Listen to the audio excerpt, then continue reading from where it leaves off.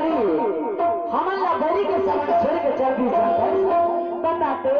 एक हल्ले नगरी दादर वाले पट्टा भैया के साथ हमारे कहा थे जाने बताना वो मेरे तक गाड़ी ला याद कर दो कल का हाँ हाँ अरे कहा कन गाली भागे रे सुआ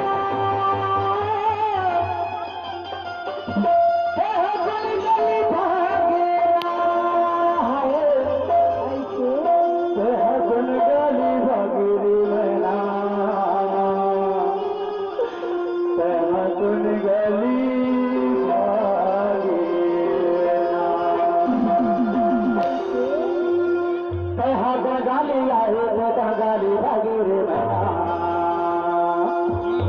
अरे कहा गाली आहे गाली भागी रे सुआ भागे रे सुआ